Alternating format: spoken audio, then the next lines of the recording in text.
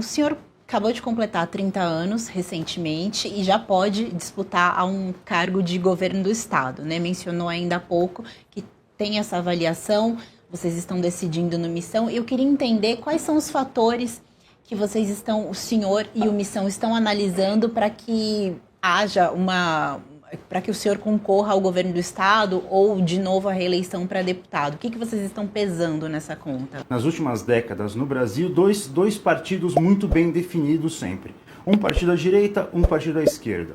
O PSDB mais à direita, o PT à esquerda. Depois o PSL, agora o PL. Como que o Missão se encaixa nisso? Como que vocês apresentam o Missão para os seus eleitores? Obrigado pelo convite, né? Primeiro eu discordo de você que o PSDB estava muito mais à direita, né? O PSDB era social-democrata. Dentro do espectro... Sim, comparado com o PT... O que tinha no país no momento, ele estava mais à direita, não necessariamente era de direita. Igual hoje os comunistas dizem que o PT é neoliberal, realmente, comparado com os comunistas, o PT é neoliberal. Mas eu também discordaria que o PL é um partido de direita. O PL é um partido centrão, né? Que serve de barriga de aluguel para os bolsonaristas, né? É o Valdemar da Costa Neto. Sim, gente, me desculpe, o Valdemar da Costa Neto, ele não é um sujeito de direita. Ele foi preso no mensalão, né? Continua conduzindo alianças pelo país que não tem nada de programáticas, que não tem nada de ideológicas. Então, acho que o Partido Missão, primeiro, né? Não tem nenhum histórico de corrupção, né? Considerando a trajetória do MBL, mesmo que o partido acabou de ser criado. Tem coerência e profundidade ideológica, coisa que o bolsonarismo não tem, né? Tanto que você vê que tudo que une o bolsonarismo é a figura do Bolsonaro. Não tem nenhum programa, né? Que você fala, não, o bolsonarismo acredita em quê na infraestrutura? Acredita em quê na defesa? Acredita em quê em educação? Acredita em quê em saúde? Então não tem programa. O que o Bolsonaro disser que é o programa. Tanto que no governo Bolsonaro você tinha a pauta do combate à corrupção. E aí o afrouxamento da lei de improbidade administrativa, e aí uma tentativa de minar os procuradores e os promotores que enfrentavam a corrupção, mudando a composição do Conselho Nacional do Ministério Público. Aí você teve a criação do juiz de garantias, né, a emenda do Marcelo Freixo, que o Bolsonaro sancionou para salvar o Flávio da cadeia, né, a própria nomeação do Augusto Aras para a Procuradoria-Geral da República, que proibiu o modelo de força-tarefa para enfrentamento à corrupção. Então, os bolsonaristas foram a favor de tudo isso, né? Da PEC da impunidade, na época que depois foi reformulada agora para a PEC da blindagem, que a gente conseguiu derrotá-los 2 vezes já. Espero não ter que derrotar a terceira, né? Mas se tiver a gente faz, também não tem problema. Na parte econômica, né? Era para ser um liberalismo, fiscalismo, aí chegou no último ano de mandato, o PT votou junto com os bolsonaristas da PEC Kamikaze, que o próprio Paulo Guedes se chamava de kamikaze. Todas as 22 vezes que o bolsonarismo furou o teto de gastos, o PT também votou junto. Então, nós temos um programa, né? Diferente deles, a gente tem, que inclusive é um programa de discussão permanente. A gente tem o que a gente chama de livro amarelo, que tem discussões com especialistas de todo o país, em cada setor de políticas públicas, e que é um programa que é levado debaixo do braço, desde o militante até o candidato à presidência da República. Então... E coragem para fazer enfrentamentos que o bolsonarismo, especialmente a família Bolsonaro, não tem, né? Então, eu diria que nós estamos no espectro de direita, com coerência, com um preparo que o bolsonarismo nunca teve, com um programa. Carol. Deputado, eu queria que o senhor falasse um pouquinho sobre o que vocês estão pensando para esse ano de 2026, para as eleições. Quantos candidatos o Missão está pretendendo lançar e em quais estados? Como que vocês estão organizando essas candidaturas nos estados? Nós vamos ter 54 chapas, né? Que é 27 em todos os estados para deputado federal, 27 em todos os estados para deputado estadual. Então, todo estado, o Partido Missão vai lançar candidato. Em alguns, você tem candidatura para governos estaduais. Hoje saiu pesquisa, aliás, também com o meu nome para o governo do estado. É uma avaliação que a gente vai fazer também em junho, se eu disputo o governo do estado de São Paulo ou se eu disputo a reeleição. Então, em todos os estados a gente vai ter chapa, em todos os estados a gente quer fazer votos para deputado federal. E a gente está muito otimista também com a pré-candidatura do Renan. A gente acha que isso vai trazer muito voto de legenda, né? Os partidos, geralmente, quando tem candidaturas à presidência forte, convertem os votos que o presidente tem 30%, 35% para a legenda, o que já ajuda também a eleger deputados, ainda que eles não tenham ainda tanta expressão nos seus estados. O Renan vai arrastar a eleição de deputados federais. Então, basicamente, no país inteiro a gente deve ter candidaturas. Deputado, trazendo um pouco mais essa discussão do programático do Missão, no último congresso do MBL, e aqui eu trato o MBL como Missão, como uma continuidade do que foi esse movimento Brasil Livre, do que é o movimento Brasil Livre. No último congresso de vocês, no final do ano passado, vocês trouxeram um pensador muito interessante que é o Curtis Yarvin, né? Que conversou, que fez a palestra, inclusive deu uma entrevista aqui para o Metrópolis, e ele, que é um desses pensadores proeminentes do debate norte-americano, traz muito esse debate da crise da democracia ocidental, que é um pensamento que outros pensadores, especialmente os norte-americanos, como o Patrick Deneen, o Adrian Vermeulen, também tratam dessas ideias do que está acontecendo com as democracias ocidentais e onde que a gente vai parar. É claro que ser um palestrante não quer dizer que ele faz o programático do partido, mas como que vocês escutaram essas ideias, como que vocês ouviram o que ele tinha para dizer, como vocês interpretaram? E completo, o Missão, a gente pode considerar que no futuro pode ser o primeiro partido pós-liberal do Brasil? Pós-liberal, eu achei uma definição interessante, pode ser.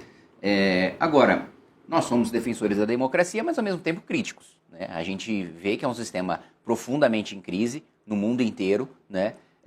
Porque o populismo é muito forte, porque infelizmente as pessoas têm uma visão de curto prazo que favorece líderes populistas e que são autoritários e que ascendem o poder por meio da democracia e depois minam seus próprios instrumentos. Então, é um sistema profundamente falho. Eu não tenho o discurso que, aliás, nesse sentido, o discurso sobre democracia por parte da esquerda e do centrão é muito parecido, né?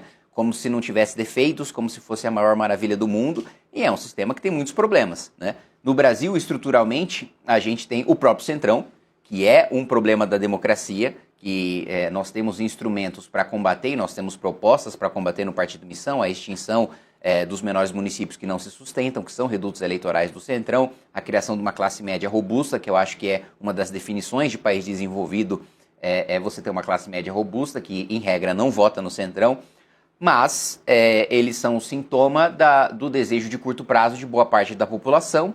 Não é nem de ter seus problemas resolvidos, mas de ter as suas ansiedades e seus prazeres de curto prazo resolvidos. Tanto que não é incomum você ver um deputado anunciando no município pequeno que vai usar emenda parlamentar para financiar um show de sertanejo e a população achar maravilhoso quando 50% da cidade não tem saneamento básico. Né?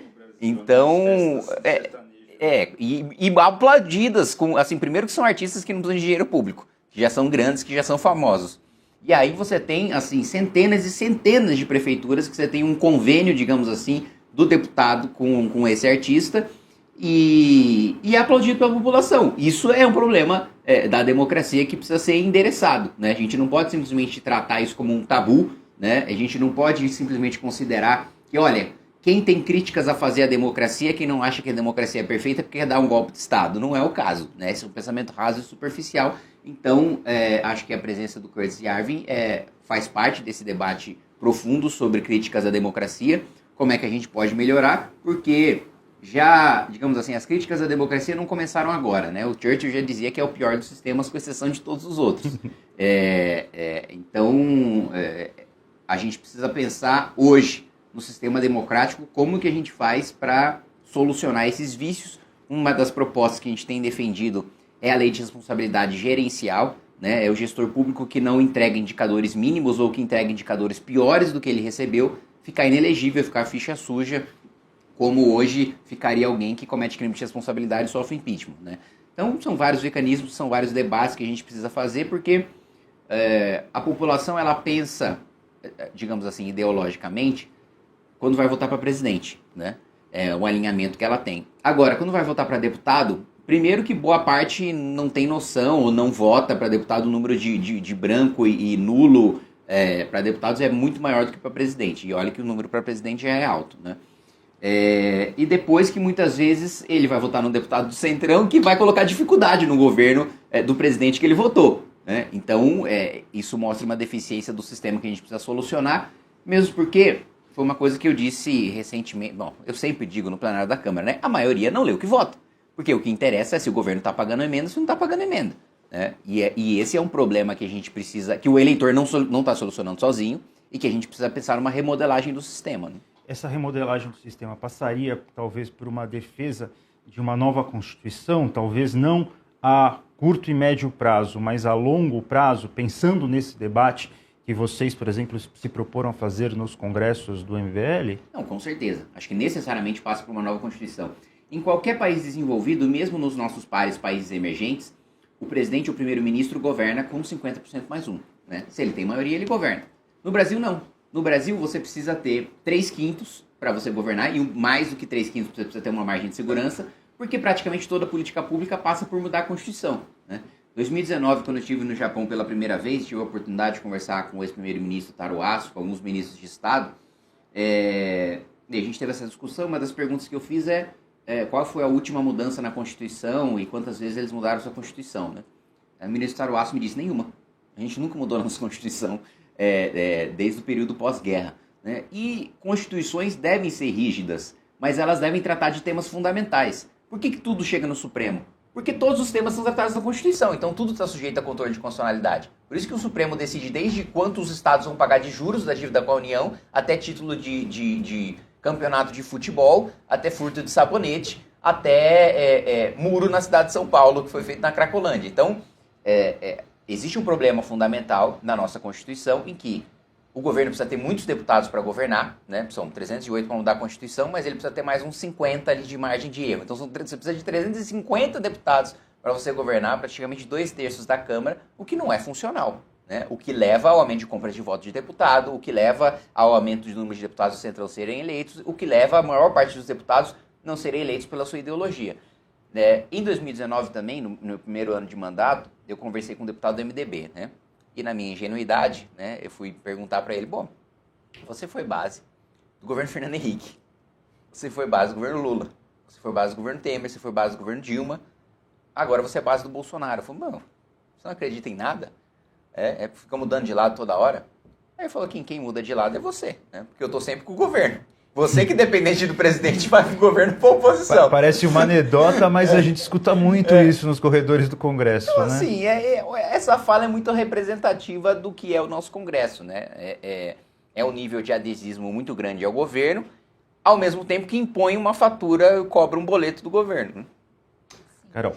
Deputado, o senhor acabou de completar 30 anos recentemente e já pode disputar a um cargo de governo do Estado, né? Mencionou ainda há pouco que tem essa avaliação, vocês estão decidindo no Missão. Eu queria entender quais são os fatores que o senhor e o Missão estão analisando para que haja para que o senhor concorra ao governo do Estado ou, de novo, a reeleição para deputado. O que vocês estão pesando nessa conta? Eu acho que a competitividade para a candidatura do Estado, se eu for disputar, vou disputar para ganhar, não vou disputar para marcar a posição, ainda que seja difícil vencer, mas eleições difíceis não são eleições impossíveis, e muitas vezes o curso da história mudou por causa de eleições difíceis. Outro ponto também, o que vai ser melhor para as nossas chapas de deputado estadual e de deputado federal, né? Porque eventualmente eu posso trazer mais votos para deputado federal sendo governador e trazendo mais votos de legenda do que eu mesmo sendo candidato a deputado federal. Então, acho que essa é uma avaliação, pesar essas duas coisas que a gente vai fazer no meio do ano. Milhões e milhões de pessoas despertaram.